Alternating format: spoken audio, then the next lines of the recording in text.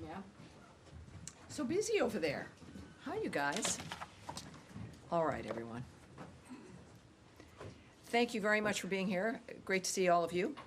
We do have some announcements as we proceed with our briefing, and then, of course, happy to take some questions. This week, the UN is serving as host to an unproductive and ill-timed conference on the so-called two-state solution in New York City. This is a publicity stunt that comes in the middle of delicate diplomatic efforts to end the conflict in Gaza. Far from promoting peace, the conference will prolong the war, will embolden Hamas, and reward its obstruction and undermine real-world efforts to achieve real peace. As Secretary Rubio has made clear, this effort is a slap in the face to the victims of October 7th and a reward for terrorism. It keeps hostages trapped in tunnels. The United States will not participate in this insult, but will continue to lead real-world efforts to end the fighting and deliver a permanent peace. Our focus remains on serious diplomacy, not stage-managed conferences designed to manufacture the appearance of relevance. Also, the United States welcomes the ceasefire declaration announced yesterday between Cambodia and Thailand. We commend both governments for taking this important step to ease tensions along the border. President Trump and Secretary Rubio spoke with their Cambodian and Thai counterparts on July 26th to underscore the need for an immediate cessation of the violence. Building on those conversations, the United States, working in close coordination with the government of Malaysia, co-organized the ceasefire talks in Kuala Lumpur on July 28th. These talks provided a vital platform for both parties to come together in good faith and ultimately reach agreement on a ceasefire. We are also grateful to Malaysian Prime Minister Anwar Ibrahim for his leadership and for hosting the ceasefire talks. President Trump and Secretary Rubio remain firmly committed to an immediate cessation of violence and expect the governments of Cambodia and Thailand to honor their commitments to end this conflict. Further, in the aftermath of the recent typhoon and tropical storm that have devastated the Philippines, the United States remains committed to supporting the Philippine government in assessing the needs and providing critical assistance. The State Department is deploying a U.S.-based team to strengthen the local relief efforts, including supporting food distribution efforts for displaced families and coordinating logistics for relief efforts led by the government of the Philippines. To date, we have helped transport tens of thousands of food packs to the hardest-hit communities, ensuring vital resources reach those in need. This collaboration underscores the enduring partnership and strong ties between the United States and the Philippines. Finally, in today's topper, yesterday, President Trump announced a trade deal with the European Union, fundamentally rebalancing the economic relationship between the world's two largest economies. This deal marks a generational modernization of the transatlantic alliance and will provide Americans with unprecedented levels of market access to the European Union. The deal bolsters America's economy and manufacturing capabilities. The EU will purchase $750 billion, with a B, my favorite, of U.S. energy and make new investments of $600 billion in the United States, all by 2028. Through decisive leadership and an unyielding commitment to American workers, President Trump has delivered yet another agreement that positions the United States as the world's preeminent destination for investment, innovation, and advanced manufacturing. Since day one, President Trump challenged the assumption that American workers and businesses must tolerate unfair trade practices that have disadvantaged them for decades and contributed to our historic trade deficit. Yesterday's announcement opens up historic market access to the second largest economy in the world, reestablishing the strong, positive, long-term relationship between the United States and its key ally, the European Union. And before we begin, and I'll take your questions, we've switched things up a little bit here in the front row. I'm looking at some new faces, while all the faces that you guys recognize at home, watching the briefings for these last 6 months, recognize. I have to say that the bullpen members and the individuals that you see on camera have their own fan bases, if you will. So people are excited, of course, each day to see the exchanges, and I appreciate that. But what people may not know are the number of people who come to this room for each briefing, who are journalists with outlets that speak to people around the world. And we think it's time, as I'm used to seeing, well, you far back there, nice to see you, Nadia as well. But I'll be introducing you to the front row today. It'll change for each briefing. But this is an opportunity for us to get to know you, for further experience and advancement, for the nature of what Americans in the world see as we answer these questions. Saeed, of course, has his own fan club. But nice to see you over here. It's a little confusing as opposed to over there. So just as a reminder, for those of you watching at home, whether it be C-SPAN, of course, or our State Department account on X, et cetera, wherever you may be viewing us. First, over here is Saeed.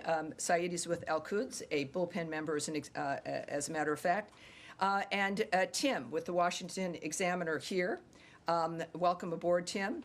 We also have Yelena, yes, from NTN from Colombia. Vaughn is here with Washington Times. And Danielle, as we noted, and Nadia, who you've also gotten to know here at our briefing. So welcome to the front row. Again, it will change for each briefing. I don't know what Tommy has in mind for Thursday. He'll be briefing on Thursday as usual. But let us begin with your questions. I'll start with the front row. Yes, sir. Vaughn. President Trump and Israeli Prime Minister Benjamin Netanyahu have issued seemingly contradictory statements on the humanitarian crisis in Gaza.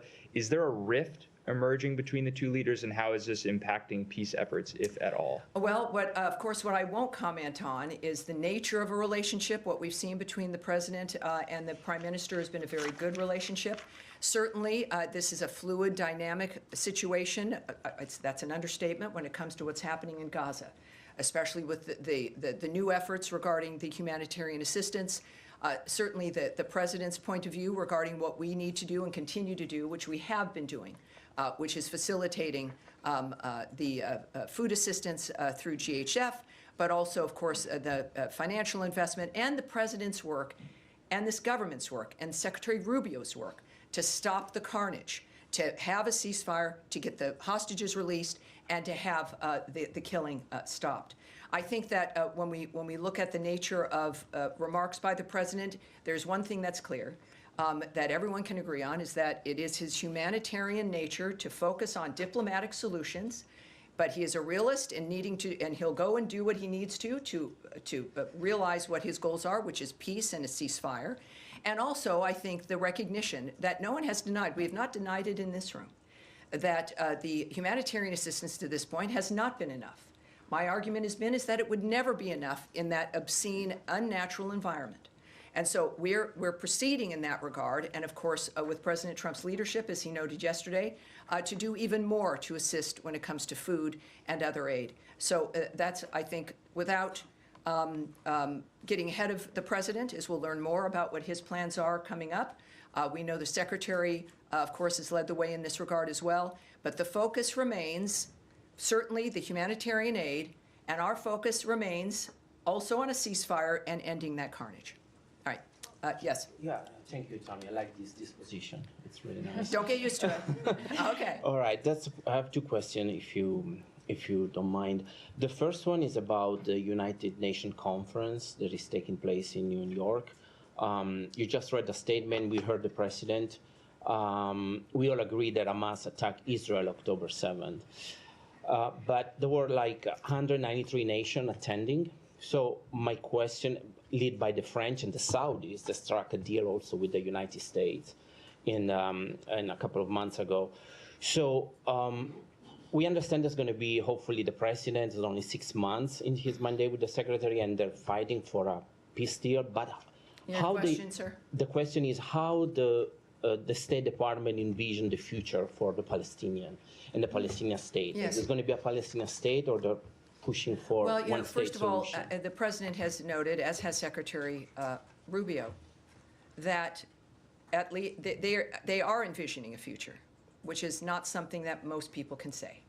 All of their work has led to getting to a point where we can discuss and envision that future and then act on that. Regardless of the conflict that has been worked on, whether it's Russia, Ukraine, the Gaza Strip, or anywhere else, you can't really begin to contemplate what's next until people stop killing each other. We are still at that point. We have not, because of Hamas's recalcitrance and refusal to lay down its arms, refusal to release the hostages, we're not at a point where we're looking at, what is next. We know things will have to be rebuilt. The president has made remarks in that regard. But from the beginning, calling for new ideas and a new way forward so that it's not just a repeat of what we've experienced for generations now. And if I can do a follow-up about the Gaza Humanitarian Foundation. Yesterday, the president also talked with the UK Prime Minister, and the UK will help in the Humanitarian Foundation, in the aid. So what are we going to see next? Is the president at the State Department see that this organization somehow maybe is not working out for different reasons? Well, what I said from the start is that this is not about what has not worked. Clearly, we're now, I think, close to 100 million meals have been distributed by GHF. But as we've discussed, there has to be more. There's always had to be more. The calls from the president, from the secretary, and even GHF has been, have more, join us. There needs to be more ideas, more movement. We know, of course, there have been some airlifted airdrops of food. There's been corridors that there's a window for corridors for delivery of more aid. And that's, of course, that's good, that's important. But adding to the aid and to the mechanisms that are there is what we've all called for. It is not an indication that there should be only one.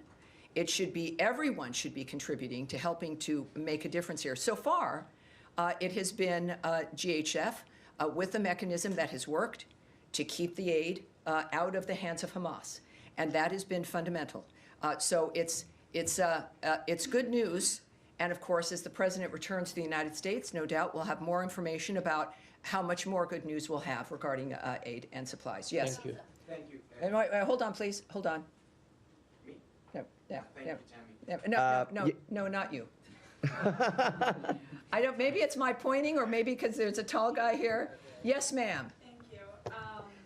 I just want to follow up on what Trump has said about setting up new food centers. Will Sure. these be part of the GHF? We don't know the framework of how something would proceed regarding the details. I'm waiting for the president to return and don't want to get ahead of him regarding announcements and what the framework would be. When do you expect this to be announced? Considering the nature of the urgency of the situation and everything that President Trump does, very quickly and very soon.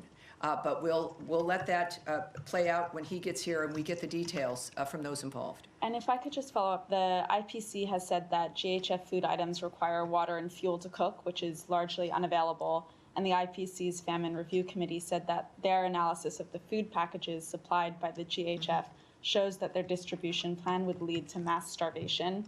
Has the U.S. vetted what supplies the GHF is providing and ensured that they are providing the necessary nutrients and that they are able to be cooked? All right, I'm going to pass this off so we can get an answer to you. I do know that, again, the issue here is getting more food, more access, more everything. That has always been at the top of our list. But when it comes to this specificity of what's being handed out, we'll get back to you. Yes, ma'am. Thanks, Tammy. The president has now said multiple times that his administration has pledged $60 million toward food and other supplies for Gaza. The State Department has only announced $30 million for the Gaza Humanitarian Foundation. Can you say, has more money been earmarked for the GHF, or is there other funds that are going out to make up for that $60 million, the $30 million difference? I would suggest a question for the White House there. Again, I know what we've done here at State. Clearly, the president is in a position when it comes to decision-making, knowing what parts are moving and where things are headed, that they would have probably a better answer for you regarding the rest. But it's only $30 million for GHF at this point. Can you say that? From what we, of course, have announced here at the State Department, that's in this particular, I would caution against the suggestion that with what State may have done and what's been announced is a reflection of the complete picture. So I tend to caution about those things. I will caution about that again. This is, as we all know, a very large issue. a very fast-moving issue, and there's many different pieces that are coming together in how it moves. And so the element that we have announced is an element and does not speak to an end or a final complete piece to what it is we're doing. All right. Yes. Thank you. Just following up on Daphne's question, I had asked her about what Gaza Humanitarian Foundation is distributing specifically, this was last week's briefing, specifically the high nutrient food that is needed. Yes, I know it's come up before as well. So, yeah, yes. and you mentioned that you would take that back to get more details on the distribution. I did get a line from this department in response to my questions last week. And the State Department spokesperson had said the Gaza Humanitarian Foundation Award remains subject to strict requirements, vetting, and oversight mechanisms like all department awards. And then they also deferred to GHF on the exact food items that are being distributed. Sure. There's been a lot that's happened since you were actually last at the podium. As you know, there's been the news out of France, and also now with the UK Prime Minister saying that the UK may well recognize a Palestinian state in September at UN Week if certain conditions are not met by Israel. And then, of course, there's been wall-to-wall coverage on images of starving children, photographic evidence of that, from our colleagues covering the story on the ground in Gaza. So I just wondered whether the vetting process and the strict requirements in this department is now having to take into account, obviously, all of this evidence, this photograph evidence, and is this giving the department some pause on these funds that are meant to go out the door to this organization? First of all, some of you may have seen a remark from Anna Kelly from the White House about the president's stance and what his plans are. She said President Trump wants to alleviate the suffering for the people of Gaza because he has a humanitarian heart. He announced a new aid plan today to help Gazans obtain crucial access to food. Details are forthcoming. What I will note about what's happening on the ground, of course, is what our focus is on, which is getting more aid in, which is getting a ceasefire, which has not been accomplished because Hamas refuses to do so. From the beginning, they have been the problem about why this continues to be an issue. We know that, of course, more food aid will be going in, considerably more. And for those, as we care about the nature of nutrition and the value of that, we'll have those details for you. And GHF can be reached, many of you have reached out to them, to ask them for those details. We at the State Department, the Secretary and the President of the United States, are focusing on saving lives, dealing with individuals who can stop what they're doing to create peace. And of course, as you know, the President has been frustrated on a couple of fronts regarding the killing of civilians, the using of civilians, the nature of what's happening at too many conflicts around the world, and that's what he's focused on. But it's a good issue to have, if there is a silver lining, about the fact that more food, more nutrition, more access is being created, and that's what we're doing in the meantime while still trying to stop a war that makes that zone almost impossible. Nadia. Thank you, Tammy. I have two questions. An Israeli settler called Yanon Levy, he shot and killed a Palestinian peace activist. He's a father of three. His name is Aoud al-Hadalin in the West Bank.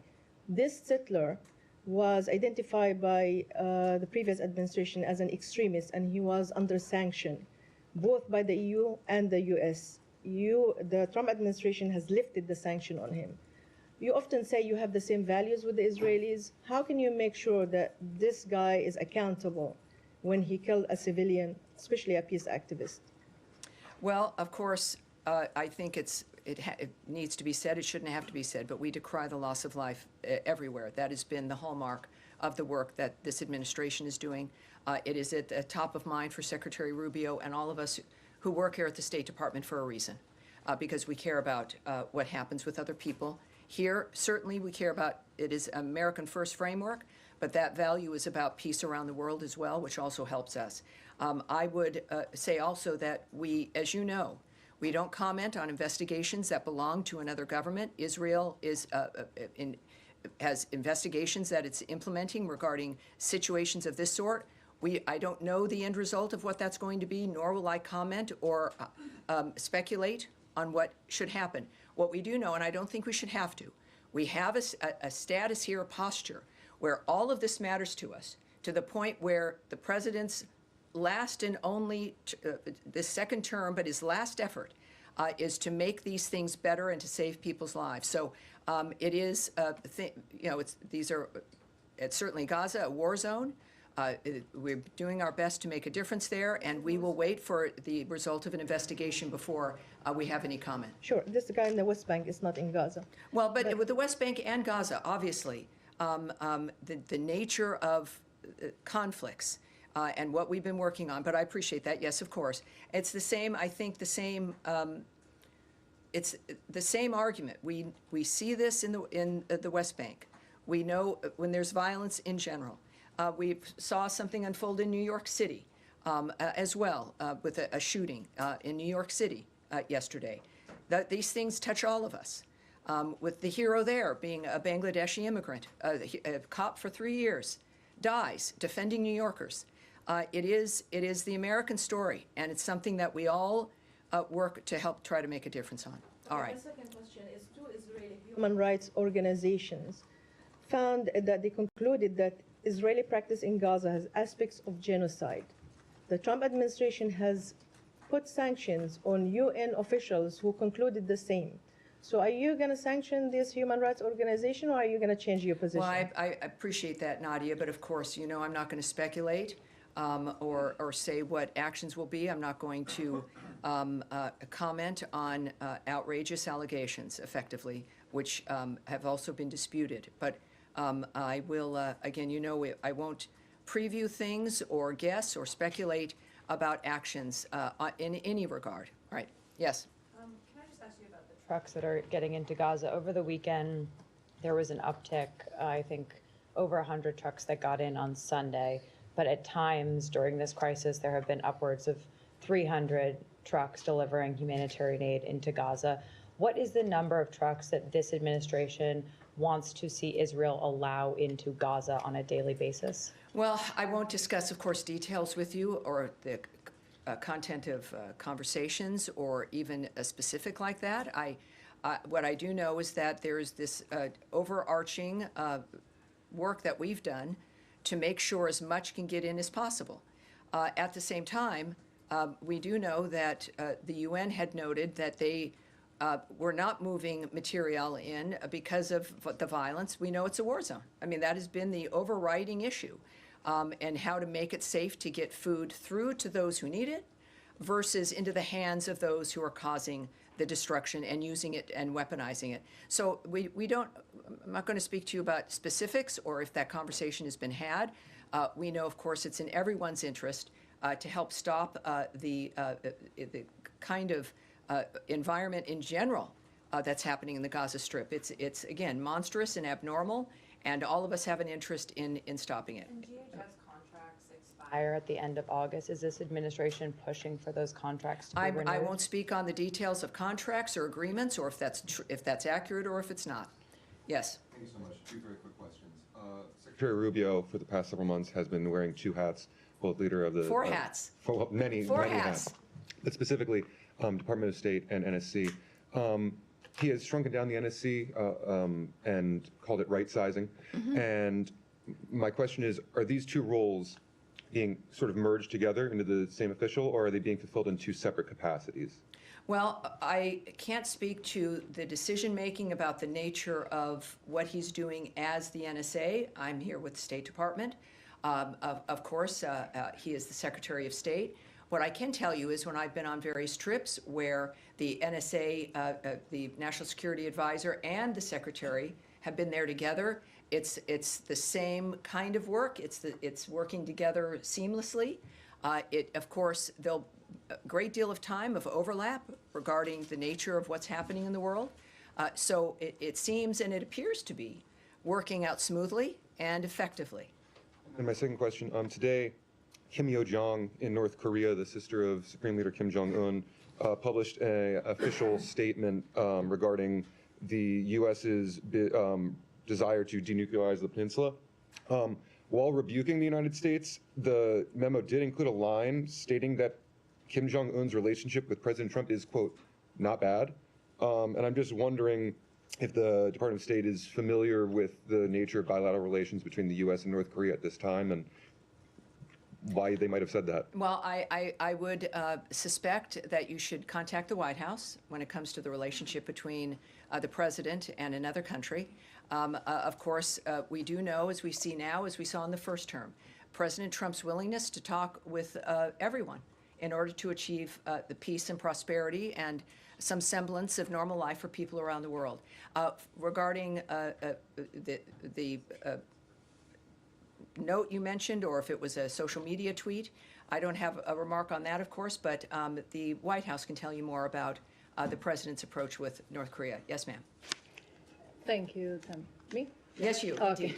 I have two questions too. The first one is, after President Uribe's conviction, will the U.S. consider any sort of action similar to what we saw after the decision against former President Bolsonaro in Brazil? The first one. And the second one, after you answer? Yeah, so regarding the verdict, the verdict with former President Uribe, yes? Yes, well, the Secretary of State put out a tweet on this as well, noting that former Colombian President Uribe's only crime has been to tirelessly fight and defend his homeland.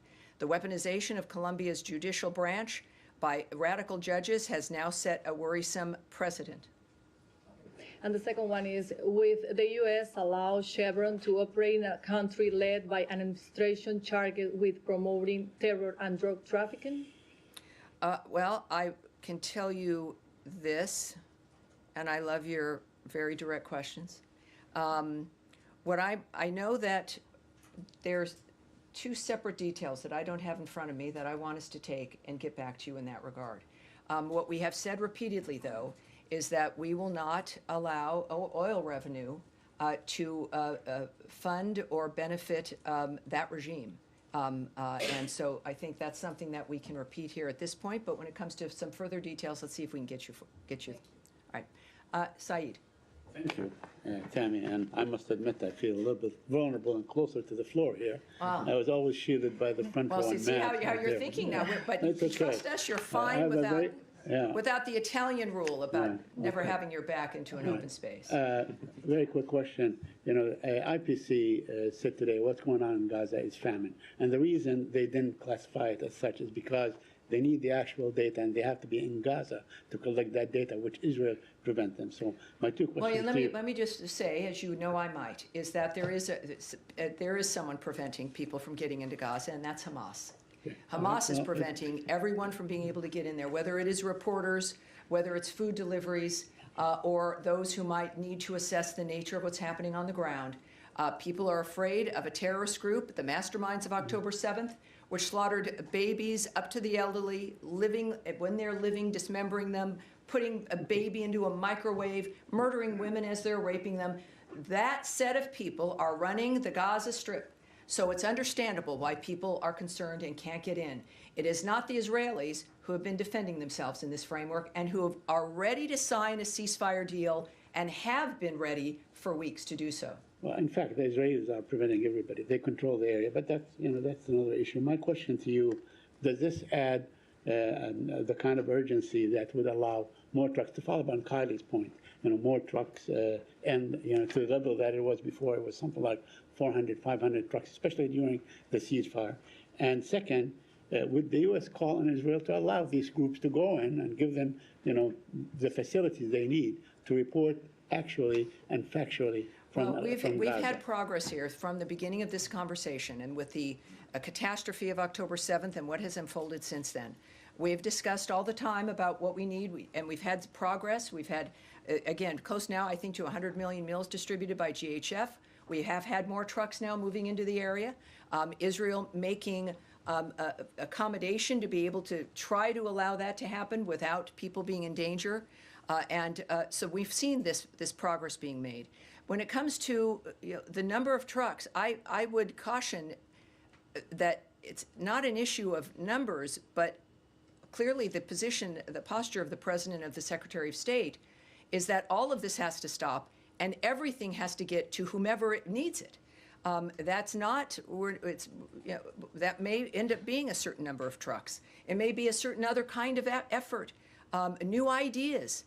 So it's not I would just ask that we focus on what we've been focusing on here, which is having this violence end so that we can do a wholesale reformation of that area, stopping of the violence, and a wholesale view of that a future really can exist.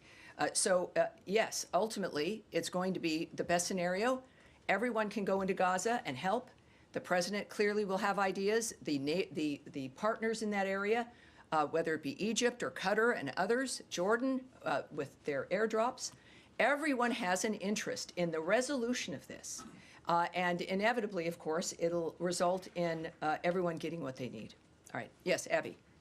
What is the U.S. position on the U.K. saying they will recognize the Palestinian state before the UN this September? I know my colleague brought it up, but considering they're using it as leverage to try to stop some of the starvation that President Trump himself said he's concerned about taking place in Gaza? Well, I think President Rubio's statement and my statement that I issued regarding the conference, the two-state solution, the fact of the matter is his remarks also when President Macron of France also did something similar in this regard, that this is a slap in the face to the victims of October 7th, that it rewards Hamas, and it harms the ability to stop this framework from, it allows it to continue. It gives one group hope, and that's Hamas. It is a rewarding of that kind of behavior, that if you wait long enough, if you don't cooperate, if in any other normal environment where someone was so utterly defeated, they would surrender. In this case, that just does not occur. And part of it is because of perhaps the hope that they receive on how long the suffering lasts, how much that pushes the world to acquiesce to their arguments. And that is, there's one group that benefits from the images and the reality of the horribleness, and that's Hamas. And so there's a reason why they don't cooperate and stop. And this adds one more thing onto it that adds into their apparent posture that this is a winning thing to do. Clearly, we are of the opposite mind, and that I think we can say in general about that issue. Right. President Trump said he didn't mind the UK Prime Minister taking a position on statehood. Is that, can you explain what the difference is well, there? Obviously, I'm not going to speculate on the president's reasoning, but I do know that none of us are in the business of telling people not to speak their mind. At the same time, I'm a big believer, as I know the Secretary is and the President is, and we showed this, I think, last November, is that persuading people, explaining your position, why it matters, how it impacts what we all want to achieve, is something that we must do, and that it's the way to persuade people, to change people's minds. So it doesn't surprise me that that is what he said. But of course, we also know, as I described, the nature of our situation here, about what that does in our efforts to stop the carnage. Yes? Thanks so much, Tammy. Appreciate it. GHF, there's, according to the UN, there's been about more than 1,000 Palestinians killed at or near the aid site since May 27th. Does the U.S. have an assessment on that number? It is not. That's not something I will speak on or go into the details about regarding our assessments of that situation. Certainly a wartime situation, but in the details and the numbers, no, I won't speak to that. Okay, and you mentioned the details of this new aid plan will be forthcoming. Are there people? Will they be forthcoming to the State Department, or are they coming from the State Department? Are there people in this building working on something right now? Well, it's the White House who noted that. So the White House noted that the details will be forthcoming. We, of course, all work for the president. He is the guiding hand here, and he gets ideas, and he knows more than all the rest of us know. So we are excited about his commitment, the fact that he and Mrs. Trump are humanitarians and are working first to make America first, so that Americans' lives can be predictable and strong, and we have a future we can look forward to, but also that obviously is translating around the world as well. Yes, sir. Thank you, Tammy. We'll move to Ukraine, if I may. We have new deadline, and Ukrainians are certainly hopeful that the president's new deadline and his tough words about Putin, Russia will follow with certain concrete actions. And in fact, yesterday you told the media that now we are going to see some actions. Now, Yes. the caveat that we have 10 days to go.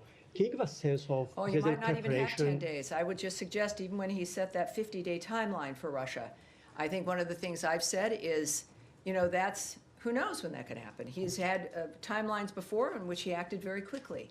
With the president, he also noted that he shortened that timeline because he pretty much knew what the situation was. My question is, can you give us any sense of any preparation that going on in this business so the Russians take it seriously? Well, clearly, President Trump has proven that he should be taken seriously because he's a serious man. And we've seen the results of that around the world. Again, most recently in the Indo-Pacific, and of course, with his envoys and the nature of the commitments we've made. I would say that what's been discussed regularly are sanctions, and the president also brought up the issue of sanctions, and even secondary sanctions, as certain countries are benefiting from buying Russian oil. But that's up to the president. We've known that's in his toolbox. There are many things that he can do, just as there are many things that Secretary Rubio can do and help facilitate. But the president himself mentioned those two dynamics. He has been patient, and that may have been misinterpreted by some people.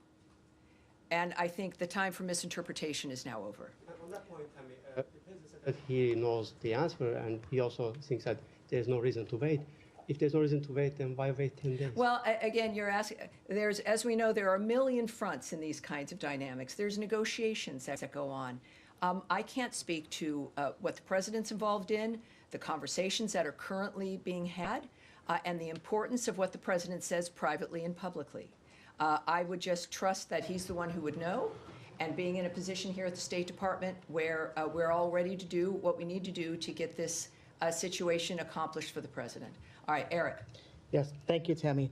I wanted to ask two questions. One on the impact of potential secondary sanctions, potential secondary tariffs. Is there a concern that that may be too blunt an instrument in that some U.S. allies or countries for which the U.S. Has been partnering and having negotiations, fruitful negotiations, as we saw today, for example, China or India, could be hit, that there could be a boomerang reaction from such sanctions, secondary sanctions, or the EU, other countries that would be inadvertently hurt in a way that would be counterproductive to broader U.S. goals? Well, no doubt. I'm not in the business, though, of the negotiations. There are questions that are asked about everything with the actions that might be taken. And I would presume, as we should, that all of the impact would be considered. Obviously, the president's first effort and first desire to solve problems is through diplomacy. For people who might be confused, I have a few comments that I can share with you from the president at first here. I'm disappointed in President Putin. I'm very disappointed in him. I'm going to reduce that 50 days that I gave him to a lesser number because I think I already know the answer. What's going to happen? He also said, yes, I'm going to make a new deadline of about 10 to 12 days from today. I think that was yesterday. There's no reason in waiting. I want to be generous, but we just don't see any progress being made. He said 10 to 12 days. I'll announce it probably tonight or tomorrow. But there's no reason to wait. If you know what the answer is going to be, why wait? And it would be sanctions and maybe tariffs, secondary tariffs. And he says, we are going to do secondary sanctions unless we make a deal. Based on common sense, you would think he'd want to make a deal. We'll find out. The president is not someone who is making a decision on the fly. This has clearly been consideration from the beginning. And we're prepared to do what's necessary. Thank you, Tammy. Following up on my colleague's question about Colombia, we know that we have a president and a secretary of state who take a great interest in what happens in the Western Hemisphere and pay a lot of attention. We've seen the president's attack and criticism of the Brazilian judiciary, but I'm wondering what makes a judicial process a radical process or radicalized by judges or otherwise inappropriate. I mean, is it determined by by who ultimately is convicted or charged, or what's the context or the judgment, the qualitative judgment as to what makes a politicized judicial process for this administration? Well, the secretary, like the president's, a very talkative young man, and he's very clear about what interests him and why it matters. On virtually every issue, he does long-form interviews. He's got his Twitter that he participates personally in, statements, op-eds, all of which he's personally involved in, and expresses the nature of how he's making his decisions and why. So I will let his work speak for itself, including, again, current comments and no doubt more comments and explanations, if you will, or opinion pieces to help explain why these things matter, why corruption matters, how it might look whatever country you live in, and why it's important to stand up against it. All right. Yes, sir. Yes, hi. Thanks. A lot of my colleagues have asked a lot of the questions I had, so I'm going to totally change subjects well, if I may. All right. Sounds good to me. There are millions of dollars worth of contraceptives stocked in Belgium that are due to be incinerated in France. It's our understanding that they're still stocked in Belgium. They haven't moved to France. Could you give us an update as to where that stands? I know that the Belgian government is trying to find alternative solutions. Is the U.S. government ready to find alternative solutions, or are they destined to be destroyed? Well, I want to have that taken back. This is a situation that changes each day. What I can tell you is, for those who've asked previously, there are no AIDS drugs involved in this. No PEPFAR dynamics are set to be destroyed. This is a situation regarding birth control and other mechanisms that could be used. First of all, that would violate our Mexico City policy regarding the use of abortifacients, but also the use of some elements that could be used in a kind of forced sterilization framework that some nations do apply, which also we will not facilitate. So we can say that there's no AIDS drugs, no condoms are being destroyed. This is about a long-standing, I think this was a purchase from the previous administration, and so we're dealing with that, but we're aware of it, and we recognize the issues, but we also, of course, are committed to a policy that Americans care about, and we're going to be moving forward. No doubt we'll have some additional information for you in perhaps the coming days. Yes, ma'am. Return to your statement at the top. Could you explain why talking about Palestinian statehood or Palestinian future in Gaza rewards Hamas or is a slap in the face to the victims of October 7th? And I'm asking, given that none of the parties involved, to my knowledge, who are involved in these discussions or have plans to recognize statehood, have said anything about wanting Hamas to be in power. It seems like, according to the United States, according to Israel, and obviously as well as all these other folks involved in these conversations now at the UN, no one has expressed a desire to have Hamas in power. So how is that? How does it reward? Well, I think that it's very often, if not most often, actions speak louder than words. And our argument is that there are certain actions you can take that reward in the midst of the defense of a country after a horrific atrocity implemented on October 7th. And the end result is, create a two-state solution, solve this problem, when in fact the problem was mass murder and just an indescribably obscene environment. And then the continuation of the terrorism of the people of Gaza, the first victims of Hamas. Still, the nature of living in that environment, the hostages that remain held, the weapons that remain held, and a refusal. We had a ceasefire early on. We had a ceasefire on October 7th. We had a ceasefire early on. They broke that. And there is a point where you don't find ways to placate or reward the people that have done such horrible things to humanity. The actions of what is being suggested, and I think we've made clear here, do just that. And it is, I think everyone deserves better. Certainly first the Gazan people, but certainly the world itself. Can I All follow right, up? now we're going to continue. Yes, sir, in the green shirt? It has been reported that Taiwanese President Lai's trip to his Central and South American allies with transit in the U.S. has been postponed. Could you elaborate on this, or did the Washington or the State Department play a part in this delay? Well, I do have something I can tell you about this. Taiwan has not announced any travel plans for President Lai. So that is generally a hypothetical now. I know it's been in the news. There's been a lot of questions and a lot of suppositions here that have happened, but I can say that it is a hypothetical at this point. There have been no plans, travel plans for the president. There's been, as a result, nothing canceled. I can tell you, though, a reiteration that transits by high-level Taiwan officials, including presidents, are fully consistent with our longstanding policy and practice. This has not changed. And just as a reminder for people who may have not heard us say this from the podium, if they're newbies, the United States remains committed to our longstanding One China policy, which is guided by the Taiwan Relations Act, the 3 joint communiques, and the 6 assurances. The United States is committed to preserving peace and stability across the Taiwan Strait. Thank you. All right. Thank you, sir. All right, Abby, one more time. Can the State Department confirm or offer comment on reports that 2 Americans were recently detained in Iran on suspicion of spying for Israel? Have they since been released? Has the State Department or the U.S. been in touch with Iran regarding their detainment? I can't speak to that at this point, but hopefully I can soon. And I think that's going to be it for today. Thank you, everyone. And again, Thursday, a lot of these things might return with more new information, but you never know what's going to happen from one day to the next. Now, the president, I believe, will be back. Tommy Pigott will be at this podium.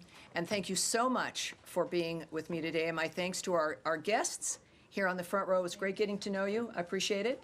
And we'll see you again on Thursday. Thanks, everybody.